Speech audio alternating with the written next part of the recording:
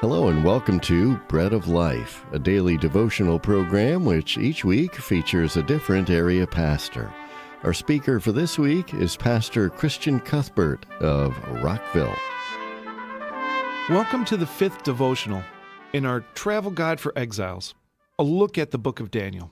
After 9/11, I joined the U.S. Army Reserves.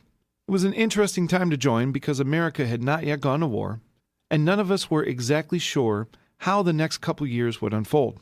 I remember the odd collection of young men and women I went to basic with. Many of them were outstanding kids that I'm sure went on to do great things, but some of them were not well suited to the Army. Some of these soldiers were forced to join the military by their parents, and when the drill sergeants asked them why they joined the Army, they replied, to the drill sergeant's confusion, "Because I have a problem with authority." For these young men, I'm sure their military service was an unpleasant time. Before I laugh too hard at that response, I have to remind myself that we all have a problem with authority. That's why Lucifer fell. It's why Adam fell. It's why we, even as Christians, consistently disobey God.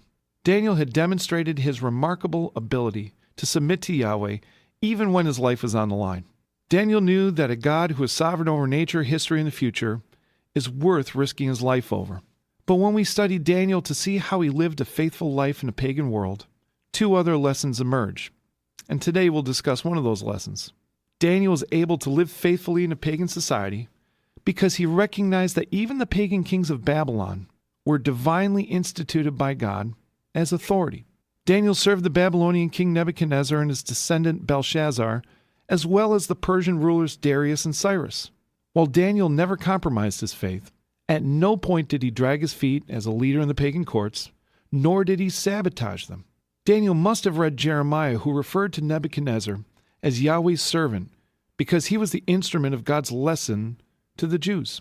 While in exile, Jeremiah wrote a letter to the Judeans in Babylon where he encouraged them to, quote, "Seek the peace and prosperity of the city to which I have carried you into exile.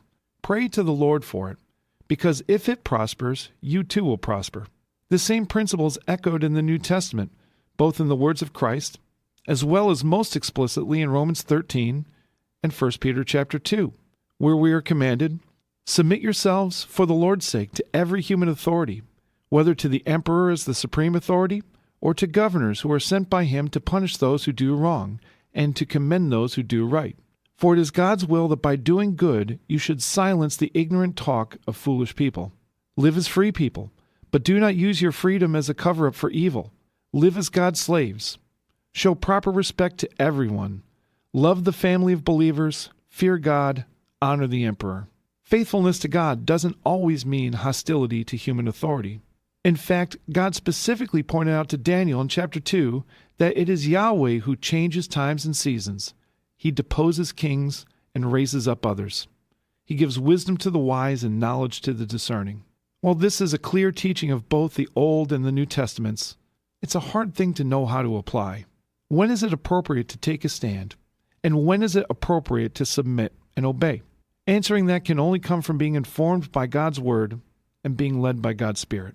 But Daniel does demonstrate that we as Christians are to be known as a people who works diligently for the good of our societies, even when those societies may be at odds with our faith. Tomorrow we will cover the second lesson Daniel illustrates in understanding how to live faithfully in a pagan world. You've been listening to Christian Cuthbert of Rockville, and this has been Bread of Life, a program to encourage you from God's Word.